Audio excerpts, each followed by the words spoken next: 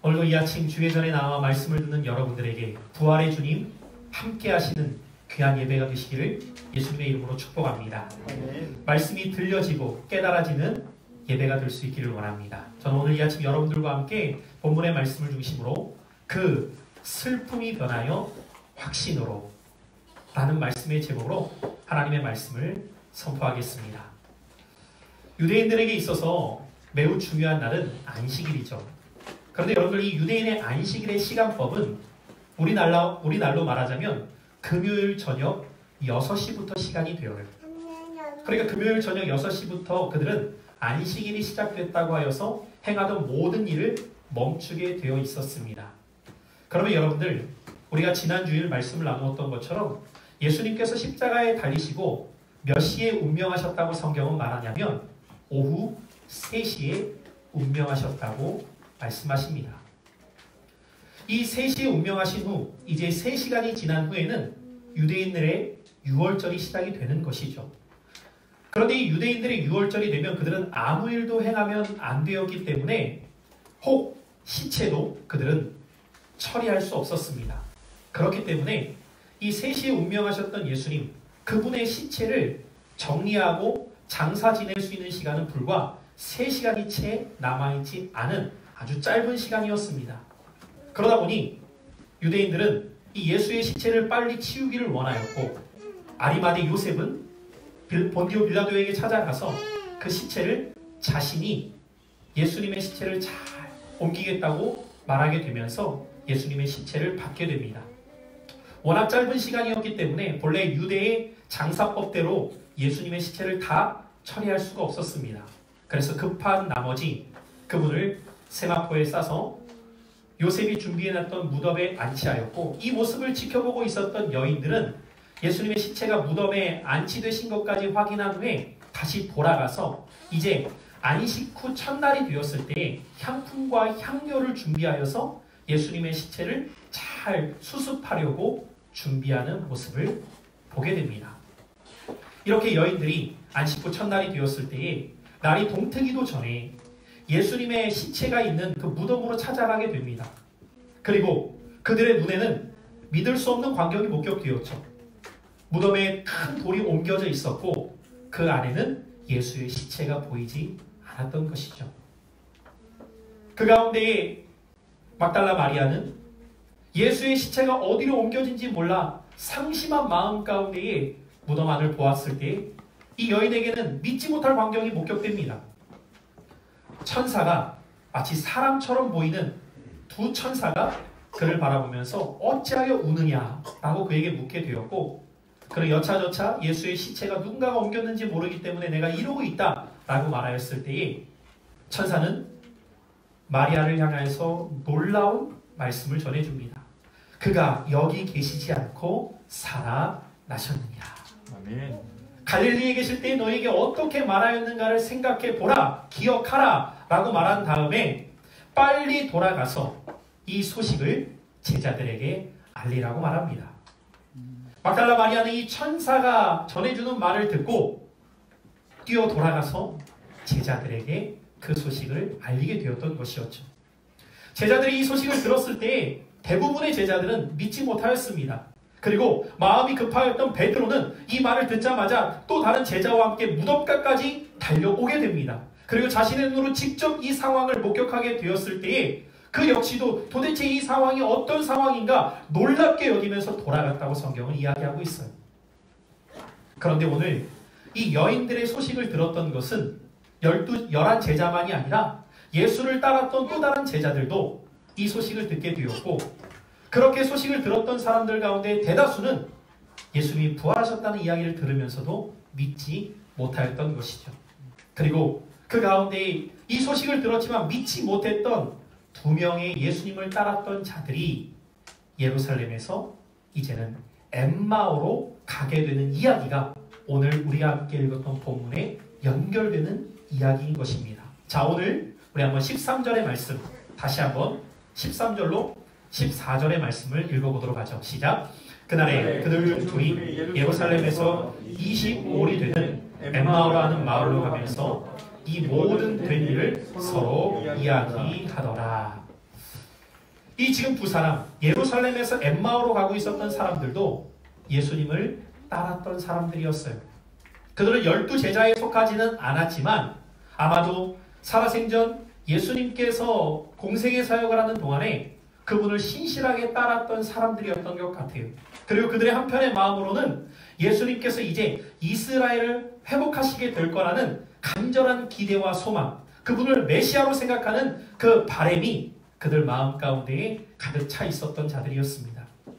그런데 지금 그들은 유월절은 그 유월절을 기점으로 해서 일주일 동안 무교절이 진행이 되는 동안을 유월절 기간이라고 말하는데, 유월절이 끝나기도 전에 예루살렘에서 엠마오로 내려가고 있었던 것이죠. 왜 그들은 엠마오로 향했던 것일까요? 그들의 마음이 무너졌기 때문이죠. 한마디로 낙심과 절망이 그들에게 찾아왔기 때문입니다. 우리는 이 두 사람의 모습을 통하여서 한 가지 알게 되는 것이 있습니다. 무엇을 알게 됩니까? 마음이 무너지게 되면 내가 있어야 될 곳이 어디인가조차 알지 못한 채 우리의 삶은 가지 않아야 될 곳으로 향하게 되어 있다는 거예요. 제가 이번 주 말씀을 준비하다가 여러 또 기사들을 보고 있는데, 그 기사 중에 하나는 어떤 기사였냐면, 지금 우리가 처해 있는 상황 가운데에 낙심하고 절망한 사람들이 너무 많아지고 있다는 거예요. 그리고 낙심하고 절망한 사람들에게 나타나는 특징이 뭐냐면 삶의 무기력함을 느끼고 있다는 것이죠. 그러다 보니까 이렇게 삶의 무기력함을 느낀 사람들의 특징이 무엇인가 했더니 집에만 머무르고 아무것도 행하지 않는다는 거예요. 그런 사람들이 몇 명인가 어떻게 통계를 했는지 모르겠는데, 그 기자의 기사를 보니까 약 300만 명의 사람들이 지금 아무것도 행하지 않고 그냥 집에만 머물러 있다라는 기사였어요.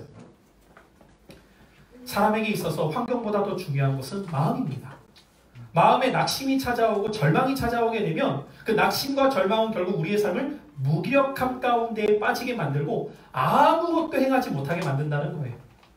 사랑하는 성도 여러분들, 혹시 오늘 이 아침 예배의 자리로 오신 여러분들 가운데에는 근래에 여러분들의 삶 가운데 무기력함을 경험하면서 그 어떤 것도 행하지 않고 그냥 시간만 지나가고 있는 삶을 살아가고 있지는 않으십니까?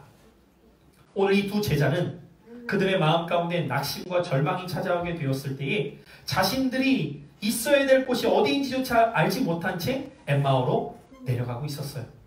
그리고 그들은 두 사람이 있었던 일들에 대해서 이야기를 주고받습니다. 여러분 한번 상상해 보십시오. 그 두 사람이 어떤 이야기를 지금 주고받았을까요? 예수님을 우리가 왜 따랐었는데, 그 예수님이 이렇게 십자가에 달려서 죽으셨어, 이제 모든 것이 끝났어, 절망의 이야기를 주고받지 않았겠습니까? 그것을 우리가 얼마든지 예측할 수 있는 것은 그 두 사람이 같이 엠마오로 가고 있었다는 것만 보더라도 알 수 있는 것이죠. 여러분, 낙심한 사람 옆에 있으면 그 낙심이 나에게도 전염이 돼요. 절망한 사람 옆에 있으면 그 절망이 나에게도 전염이 돼요. 따라해 봅시다. 교제를 조심합시다. 여러분, 특별히 요즘같이 힘겨운 시간을 보내고 계실 때에 여러분들이 누구와 교제하느냐에 따라서 절망이 더 커질 수도 있고 절망이 소망으로 바뀔 수도 있어요. 저는 우리 사랑하는 신광의 성도 여러분들이 교제를 조심하는 자들 될 수 있기를 바랍니다. 오늘 이 두 사람은 서로 간에 낙심한 이야기들을 주고받으면서 절망의 마음이 점점 커지고 있는 거예요. 자, 이때 그들이 엠마오를 향해서 걸어가고 있을 때 계속되어지는 15절은 이렇게 말합니다. 자, 한번 15절의 말씀을 읽어보죠. 시작. 그들이 서로 이야기하며 문의할 때에 예수께서 가까이 이르러 그들과 동행하시나. 여러분, 저는 오늘 이 말씀을 준비하다가 15절의 말씀을 묵상하는 가운데 참 많은 은혜를 받았어요. 왜 제가 이 말씀을 묵상하면서 은혜를 받았냐면, 지난 주일에 저는 여러분들과 함께 이 막달라 마리아를 비롯해서 제자들에게 찾아오셨던 주님에 대한 말씀을 나누었는데, 여러분, 부활하신 주님이 막달라 마리아를 만나주셨습니다. 그가 무덤가에 찾아와서 주님을 사랑하는 마음을 가지고 무덤가에 와서 주님이 없는 것을 보시고 너무 슬퍼하고 있었는데, 그가 뒤를 돌아볼 때 부활하신 주님이 그 마리아를 향하여서 여자여 라고 말씀하시는 그 부활하신 주님이 막달라 마리아를 만나주셨던 그 모습. 그런데 여러분들, 부활의 주님은 막달라 마리아처럼 주님을 사랑하며 주님을 간절히 만나고자 하는 자만 만나주셨던 것이 아니라 오늘 이렇게 낙심하고 절망하여서 믿음이 다 무너져버린 엠마오로 향하는 두 사람에게도 찾아와 주셨다는 것. 이것이 저에게 참 은혜가 되더라는 거예요. 여러분, 부활주일이 되어서 우리가 부활에 대한 말씀을 들을 때 같은 곳에서 같은 말씀을 듣는 성도님들 가운데에도 모두가 다 똑같은 믿음은 아닐 수 있기 때문이죠. 어떤 사람들은 이럴 수 있죠. 그 부활의 주님에 대한 말씀을 들을 때 소망이 불릴 듯 일어나고 정말 그 부활하신 주님이 믿어지는 신앙이 있어요. 그런가 하면 어떤 분들은 예배당까지 와서 말씀을 듣는데도 믿어지지가 않는 거예요.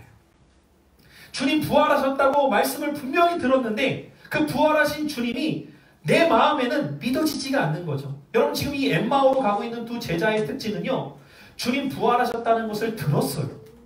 막달라 마리아와 여인들을 통해서 들었단 말이죠. 그런데 들었음에도 불구하고 믿어지지가 않으니까 엠마오로 가고 있는 거예요. 혹시 여러분들 지난 주일에 분명히 부활하신 주님에 대한 말씀을 들었는데도 이것이 믿어지지 않아서 여전히 낙심되고 여전히 절망 가운데에 무기력함 속에 살고 계신다면 오늘 이 아침 여러분에게 찾아오시는 그 부활의 주님을 만나는 시간 되시기를 축복합니다. 오늘 이 두 제자가 엠마오로 가고 있는데 부활하신 주님이 그들에게 찾아오셨어요. 그들이 주님께 찾아간 것이 아니라 주님이 그들에게 찾아오셨어요. 여러분, 이것이 복음입니다. 복음은 죄인된 우리들의 힘으로는 주님 앞에 나아갈 마음조차 없었지만 그 주님이 우리 한 사람 한 사람에게 찾아오셨다는 거예요. 그런데 계속되어지는 16절에 보니까 주님이 그들에게 찾아오셨고 동행하셨지만 그들의 눈이 가리워져서 그인 줄 알아보지 못하였다는 거예요. 여러분, 여기에서 우리는 무엇을 알게 됩니까? 사람이 마음이 무너져 있으면 보아야 될 것도 보지 못합니다. 사람이 낙심하고 절망한 상태에 있으면 들어야 될 것도 듣지 못하게 되는구나. 이것을 두 제자의 모습을 통해 보게 됩니다. 여러분, 우리가 본다고 하여서 다 똑같은 것을 보고 있는 것이 아니라는 거예요. 우리가 듣는다고 하여서 다 같은 말을 듣는 것이 아니라는 거예요. 저는 여러분들이 주회전에 나와서 예배 드릴 때에 여러분들의 믿음의 눈이 열리시기를 축복해요. 여러분들의 들을 귀가 열려지게 되시기를 축복합니다. 여기까지 왔는데도 보아야 될 것을 보지 못하고 들어야 될 것을 듣지 못하는 사람이 있다는 거죠. 오늘 이 두 사람이 그랬어요. 예수님께서 함께 그들에게 오셔서 말씀도 하시고 동행도 하시는데 여러분, 이들이 예수님이 십자가에 달리시기 전에 분명히 예수님의 음성을 들어왔을 거 아니에요. 그래서 마리아는 여자여 라고 자신을 향해 부르시는 그 음성만 듣고도 주님이신 줄 알고 붙잡으려고 했는데 어찌된 일인지 이 두 사람은 예수님께서 그들을 향해 말씀을 하셔도 예수님의 음성인지를 분별하지 못하고 예수님이 그들과 동행하고 계시는데도 그분이 예수님인지를 알아보지 못하고 있는 거예요. 여러분, 이 두 사람만 그럴까요? 오늘 예배를 드리는 우리들도 얼마든지 그럴 수 있다는 거예요. 주님이 지금 우리가 예배드리는 이곳에 함께 거하시고 계시는데도 누군가는 예수님이 이곳에 함께 거하신다는 것 자체를 전혀 인지하지 못한 채 그냥 예배 드릴 수 있고, 오늘 이 자리 가운데 주님이 성령의 음성을 통해 우리들에게 말씀하시는데도 그분의 음성을 전혀 듣지 못한 채 그냥 걸어가고 있을 수도 있다는 거죠. 그러면 여러분들, 오늘 왜 이 두 사람은 주님을 보지 못했던 것일까요? 그 이유가 어디에 있을까요?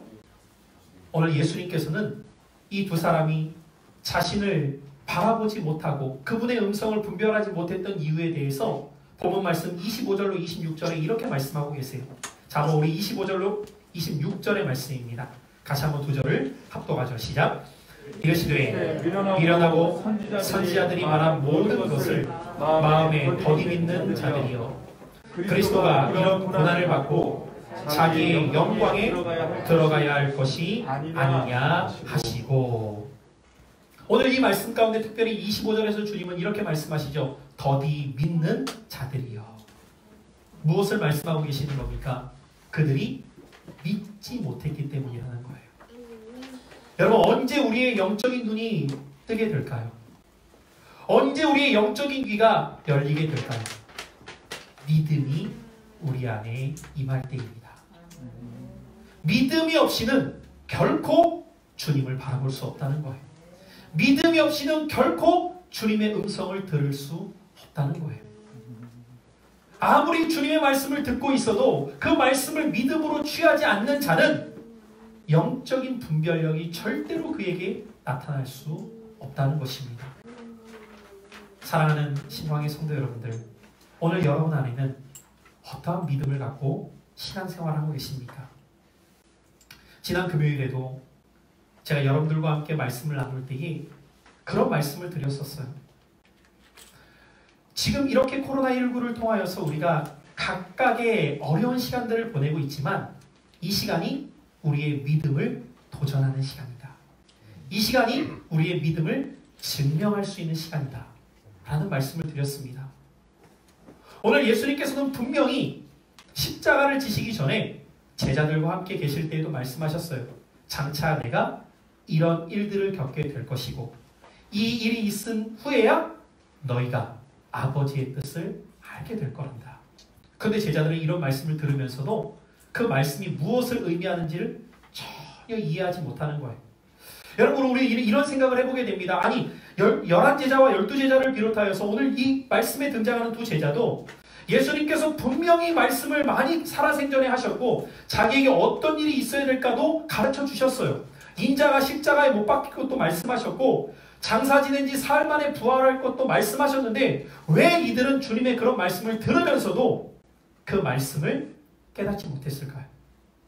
왜 이런 말씀을 들으면서도 왜 그들은 이 말씀이 전혀 그들의 마음 가운데 남아있지 못했던 것일까요? 그 이유는 이들에게 주님의 말씀보다 자기의 생각이 더 강했기 때문이에요. 여러분 기억하십시오. 오늘도 여러분들이 이렇게 예배의 자리로 나와서 하나님의 말씀을 듣지만 그 말씀이 그의 심령 가운데 전혀 들어가지 못하는 사람들의 공통점이 있어요. 그 공통점은 무엇이냐면 자기의 생각이 자기의 마음에 가득 차 있는 사람은 하나님의 말씀이 들어갈 공간이 없다는 것입니다. 그럼 오늘 이 두 사람에게 있어서 자기들의 생각은 어떤 생각이었을까요? 오늘 본문 여러분들 다시 한번 21절로 가보십시오. 그들의 생각은 어디에 가득 차 있었는가? 자, 21절입니다. 함께 읽어볼까요? 시작! 우리는 이 사람이 이스라엘을 속량할 자라고 바라노라. 보세요. 우리는 이 사람, 여기서 말하는 이 사람은 예수님을 말하는 것이죠. 그 예수님을 향해서 그들은 어떤 생각을 갖고 있었다라고 지금 성경은 말하고 있습니까? 이스라엘을 속량할 자. 여러분 이 표현은 유대적인 배경을 우리가 조금 알아야 이것이 어떤 의미인지를 알 수 있습니다. 유대인들은 포로 시대 때부터 예수님이 오실 때까지 간절히 그들을 구원할 메시아를 기다려왔습니다. 이것을 메시아 대망 사상이라고 해요. 그러면 그들이 기다려왔던 메시아는 어떤 메시아느냐? 한마디로 그 메시아는 정치적인 메시아였어요. 정치적인 메시아라고 하는 말은 어떤 의미냐면 지금 우리를 압제하고 지금 우리를 괴롭히는 저 로마라고 하는 나라로부터 우리를 정치적으로 해방을 가져다주고 우리를 이 로마라는 나라로부터 구원해내어서 우리에게 자유를 줄 이 정치적 메시아를 유대인들은 간절히 기다려왔어요. 그래서 예수님이 오셨을 때에도 사람들은 이 예수님이 메시아인가 라고 생각했을 때 그가 우리를 이 로마라는 나라로부터 독립시켜 줄 수 있는 분인가를 기대하였고 자신들의 기대와 바람대로 예수님께서 자신들에게 독립을 가져다 주실 분으로 그들은 여겼던 것이죠. 그래서 예수님께서 예루살렘에 입성하실 때 사람들은 종려나무 가지를 흔들면서 호산나를 외쳤던 것은 우리에게 독립과 자유를 가져다 줄 정치적 메시아를 우리는 환영합니다 라는 자기들의 생각으로 가득 차 있었던 것이죠. 예수님이 정말 어떤 분으로 이 땅에 오셨는가에 관심을 갖는 것이 아니라 내가 그려놓은 메시아라고 하는 그 상을 만들어 놓고 그대로 그분이 이루어 주시기만을 바라왔던 것이죠. 그러면 여러분들 이것을 오늘 우리의 신앙으로 접목해 본다면 어떻게 우리는 이 모습을 생각할 수 있을까요? 오늘날 신앙생활하는 분들 가운데에도 내가 원하는 대로 주님이 해주시기를 원하며 신앙생활하는 분들이 있다는 거예요. 내가 바라는 모습, 내가 그려놓은 모습, 내가 생각하는 그 모습대로 주님이 이루어 주실 때에만 그분이 메시아이고, 그렇지 않을 때에는 그분이 메시아가 아니라고 생각하면서 신앙생활할 수 있다는 것이죠. 그러면 그분이 돌아가시면 안 돼요. 그분이 십자가에 달려 죽으시면 안 돼요. 왜? 우리를 독립시켜 주셔야 되거든요. 저 로마의 압제로부터 우리를 해방시켜 주셔야 되거든요. 그런데 예수님이 십자가에 달려 죽으셨단 말이에요. 자신들의 생각대로 이루어지지 않았을 때 그들은 낙심하게 됩니다. 절망하게 되어요. 그러니까 보아야 될 것을 보지 못하고 들어야 될 것을 듣지 못하게 되는 거예요. 여러분, 오늘 공동의 기도를 통하여서도 우리가 함께 기도했지만, 우리는 예배를 드릴 때에 나의 욕망을 이루기 위한 예배가 되어서는 안 됩니다. 우리가 예배를 통해서 발견해야 될 것은 하나님의 뜻이 어디에 있는가를 발견하며 그 뜻대로 살아가는 삶을 결단하는 예배가 되어야 할 줄 믿습니다. 주께서 저와 여러분들에게 원하시는 것은 나의 뜻을 이루기 위한 예배가 아니라 아버지의 뜻대로 살기 위한 예배를 드리시기를 원한다는 것이죠. 그래서 예수님께서 그 두 제자에게 찾아오셔서 이때부터 성경의 말씀을 풀어서 자세히 다시 가르쳐 주시기 시작하시는 거예요. 그때 놀라운 일이 일어나요. 말씀을 풀어서 그들에게 가르쳐 주실 때에 비로소 그들이 하나님의 뜻을 바로 알게 되고 눈이 뜨이기 시작하는 거예요. 자, 본문 말씀 31절입니다. 같이 한번 31절의 말씀 읽어볼까요? 시작. 그들의 눈이 밝아져 그인 줄 알아보더니 예수는 그들에게 보이지 아니하시는지라. 여러분, 17절에서는 그들의 눈이 가리워졌다고 말했는데 31절에 와서는 그들의 눈이 밝아졌다. 영어 성경에는 open, 열렸다 라고 말해요. 언제 가리워졌던 그들의 눈이 열리게 되었습니까? 주님의 말씀을 자세히 풀어서 설명해 주실 때에 그 말씀이 그들에게 깨달아질 때에 비로소 눈이 떠졌다는 거예요. 여러분, 이 아침에도 눈 뜨십시오. 아멘. 육신의 눈을 뜨라는 말씀이 아니라 여러분들의 영안의 눈이 띄어지시기를 축복합니다. 근데 언제 영적인 눈이 띄어질 수 있다고요? 말씀을 자세히 풀어서 설명할 때, 그것을 깨달을 때에 눈이 뜨여졌다는 거예요. 그래서 여러분들, 저는 우리 사랑하는 신광의 성도 여러분들이 하나님의 말씀에 눈이 뜨는 자들이 될 수 있기를 바라요. 다른 것들에 관심을 갖는 것이 아니라, 신앙생활을 하면서도 지역적인 것들의 마음을 빼앗기는 것이 아니라 본질적인 하나님의 말씀을 바로 알고 이 말씀을 통하여서 여러분들의 영적인 눈이 띄어지게 될 때에 그 어떤 상황과 환경 속에서도 우리는 낙심하는 것이 아니라, 슬퍼하는 것이 아니라, 이 복음의 말씀 속에 우리는 바른 확신을 갖고 끝까지 주님을 따르는 주의 자녀들이 될 수 있는 것입니다. 아멘. 오늘 두 제자가 슬퍼했던 이유는 그들의 마음에 낙심이 찾아왔기 때문이었어요. 절망이 찾아왔기 때문이었어요. 그런데 이 낙심과 절망이 찾아왔던 것은 그들이 약속의 말씀을 붙잡지 않았기 때문이었어요. 여러분, 같은 환경에 놓여 있다고 하여서 같은 반응을 보이는 것이 아니에요. 같은 환경에 놓여 있어도 낙심하는 자가 있는가 하면 확신 가운데 담대하게 나아가는 자가 있어요. 누가복음과 사도행전은 동일한 저자인 누가가 기록하였어요. 그런데 이제 이 누가복음 24장과 사도행전 1장의 내용을 보면은 그 어간이 불과 열흘밖에 되지 않아요. 이 열흘이라고 하는 날짜밖에 되지 않는 이 시간 속에서 제자들의 모습은 180도 달라지게 됩니다. 어떻게 그런 변화가 임할 수 있을까요? 그것은 환경 때문이 아니었어요. 그들에게 주의 약속의 말씀이 확신으로 붙잡혀지게 되었을 때에 그 확신이 그들의 삶을 변화시켰던 거예요. 아멘. 여러분에게도 오늘 이 부활의 주님이 여러분들의 삶에 임하셔서 주님의 말씀이 풀어지는 역사가 있으시길 축복해요. 아멘. 말씀이 풀어지게 되었을 때에 그들의 가슴에는 낙심과 절망이 어떻게 바뀌게 될까요? 오늘 32절입니다. 같이 한번 32절의 말씀 한 목소리를 읽어보죠. 시작. 그들이 서로 말하되 길에서 우리에게 말씀하시고 우리에게 성경을 풀어주실 때에 우리 속에서 마음이 뜨겁지 아니하더냐. 할렐루야. 여러분, 확신을 갖고 살아가는 자들의 공통점은 무엇인지 아십니까? 가슴이 뜨겁다는 거예요. 아멘. 여러분, 가슴이 뜨거우면 가만히 있지 못해요. 가슴이 뜨거우면 움직이게 되어 있어요. 지금 이 제자들에게 예수님께서 말씀을 풀어주실 때 그 풀어주시는 순간 낙심했던, 절망했던, 낙심과 절망하는 사람들에게 나타나는 모습이 뭐라고 했죠? 무기력함이라고 했어요. 움직여지지 않아요. 그냥 머물러 있게 돼요. 그런데 주의 말씀이 그들에게 임하자 가슴이 뜨거워지게 되니까 무기력했던 자들이 가던 방향을 돌이키게 됩니다. 여러분, 돌이켰다는 것을 성경은 뭐라고 말합니까? 메타노이아, 회개라고 말해요. 가던 길을 멈추어서 돌아서서 다시 예루살렘으로 가게 됩니다. 다시 은혜의 자리로 나아가게 되어요. 여러분, 오늘 부활의 주님을 만나게 되는 자는 그 낙심했던 마음과 절망했던 마음과 무기력했던 마음이 확신 가운데 뜨거워지면서 내가 있어야 될 자리로 다시 돌아가게 되어 있다는 것입니다. 여러분들이 그런 은혜가 누려지는 은혜가 되시기를 축복해요. 여러분, 이번에 코로나19 사태로 인하여서 많은 교회가 온라인 예배로 변화하게 되었고 그 온라인 예배가 지속되게 되면서 두 가지 반응이 나타나게 됩니다.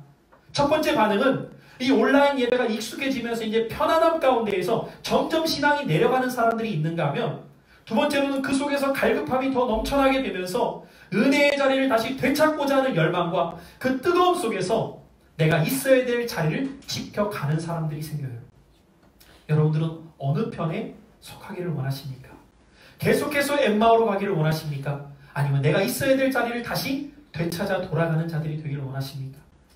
여러분, 이번 코로나19 사태로 인해서 많은 교회들의 모습이 아마 변화를 겪게 될 것입니다. 이후에 더 교회가 어려움 가운데 놓이는 교회들이 있는가 하면 이 위기를 기회로 삼아 더 하나님께 가까이 나아가고 더 내가 있어야 될 자리를 찾아가고 더 뜨겁게 주님의 은혜를 사모하며 내가 받은 그 확신을 나만이 아니라 아직 그 확신이 없는 자에게까지 전하는 사람들이 세워지게 될 거예요. 저는 우리 신광의 모든 성도 여러분들이 회복의 은혜 가운데 있어야 될 자리를 더 지켜나가는 자들 될 수 있기를 예수 그리스도 이름으로 축원합니다. 아멘. 그들이 다시 돌이켜 자신들이 있어야 될 곳으로 가게 돼요. 그 예루살렘으로 가게 되었을 때 그들은 제자들에게 찾아가서 자신들이 만난 예수님을 전하게 되어요. 여러분, 이것이 복음입니다. 아멘. 부활하신 주님을 만난 자는 가슴이 뜨거워지게 되어 있어요. 아멘. 그리고 가슴이 뜨거워진 자는 그 복음을 나만 갖고 있을 수가 없는 거예요. 그 뜨거운 복음을 들고 사람들이 있는 곳으로 가서 전하게 되어 있는 거예요. 여러분, 이 코로나19 사태로 인하여서 신천지를 통하여서 교회까지 싸잡아서 비판받고 있죠. 교회까지 같이 욕먹고 있는 상황들을 여러분들 주변을 보면서 다 느끼실 거예요. 그럼 여러분들 이런 상황 가운데 어떤 분들은 위축될 거예요. 자꾸 교회가 욕먹으니까 교회 다닌다는 말도 이제는 못하겠네. 너 교회 다녀? 어저께까지 다녔는데 좀 고민이 되네. 마치 베드로가 소녀가 질문할 때에도 쭈뼛쭈뼛 거리듯이 교회 다니는 것도 이제는 막 위축이 돼요. 왜 그런지 아세요, 여러분들? 사람들이 뭐라고 하기 때문에 위축되는 게 아니라 내 안에 확신이 없기 때문에 위축되는 거예요. 여러분, 예수님 당시 때를 생각해 보시라니까요. 모든 사람들이 욕해요. 예수 따르던 사람을. 그러면 여러분들 이 상황에서 위축되지 않을 사람이 누가 있겠냐고요. 제자들도 위축되니까 문을 걸어 잠그고 나오지도 못하고 있었잖아요. 그런데 그들 안에 성령이 임하시고 부활하신 주님에 대한 확신이 임하게 되었을 때 그들이 거리로 뛰어나가서 더 담대히 외치기 시작해요. 여러분, 거짓은 우리가 배척해야 돼요. 잘못된 것은 우리가 과감하게 끊어내야 되지만 올바른 진리 앞에서는 타협하지 않을 수 있어야 됩니다. 아멘. 누가 뭐라고 하든지 간에 주님이 부활하신 이 사실과 그 속에서 내가 주님의 말씀을 붙들고 믿음으로 살아가야 된다는 사실은 변함없는 우리의 삶이라는 것. 그렇다면 여러분들, 우리에게 필요한 것은 무엇일까요? 부활의 주님이 우리 안에 임하시는 거예요. 그리고 그분이 임할 때 나타나는 모습은 말씀이 풀어서 깨달아지기 시작해요. 여러분, 듣는다고 다 깨달아지는 게 아니에요. 보았다고 다 볼 수 있는 것이 아니에요. 성령께서 여러분 안에 임하셔서 듣게 하시고 보게 하셔서 풀어주시는 은혜가 임하시기를 축복합니다. 아멘. 그때 우리는 내가 있어야 될 자리로 돌아가서 그 자리에 서서 부활의 주님을 담대하게 증거하는 확신 있는 주님의 제자들이 된다는 사실입니다. 결론적으로 오늘 주님은 이 제자들에게 다시금 떡을 떼어서 그들과 함께 나눠 먹는 장면이 오늘 말씀에 기록되어져 있어요. 자, 한번 30절 말씀 보실까요? 오늘 30절 같이 읽어보죠. 시작. 그들과 함께 음식 잡수실 때에 떡을 가지사 축사하시고 떼어 그들에게 주시니. 여러분, 어디에서 많이 봤던 장면이죠? 어디에서 본 장면이죠? 예수님께서 요한복음 13장에서 잡히시기 그날 밤, 돌아가시기 전날 그날 밤 제자들과 마지막으로 함께 하셨던 장면의 모습이 그대로 연출되고 있는 거예요. 왜 이런 연출을 주님은 의도적으로 하고 계셨던 것일까요? 기억나게 하시기 위해, 당신께서 말씀하셨던 것을 떠올려지게 하시기 위해 다시금 그들에게 떡을 떼사 축사하시고 떼어주시면서 함께 먹으셨던 것이죠. 그래서 여러분들, 말씀을 듣고 지나치는 것과 말씀을 듣고 새기는 것은 시험이 찾아오고 어려움이 찾아올 때에 전혀 다른 모습을 결론짓게 되어 있다는 거예요. 여러분 안에 얼마나 말씀이 새겨지고 계십니까? 듣고 지나치는 말씀은 힘이 없어요. 그러나 듣고 붙잡는 말씀이 될 때 그 말씀이 저와 여러분들의 신앙을 시험 속에 지켜 보호하게 되어 있다는 거예요. 오늘도 이 아침 우리에게 주신 말씀 새겨지는 약속이 되기를 축복합니다. 그래서 그 슬픔이 변하여 확신이 될 수 있는 이 은혜가 여러분 모두에게 임하셔서 부활의 주님이 부활 주일에만 기억나는 것이 아니라 매 순간 나의 인생 속에 그분이 동행하심을 기억하며 그분의 말씀 붙들고 확신 가운데 내가 있어야 될 자리를 지켜가며 주의 복음을 위해 살아가는 모든 시간 성도님이 계신 예수 그리스도의 이름으로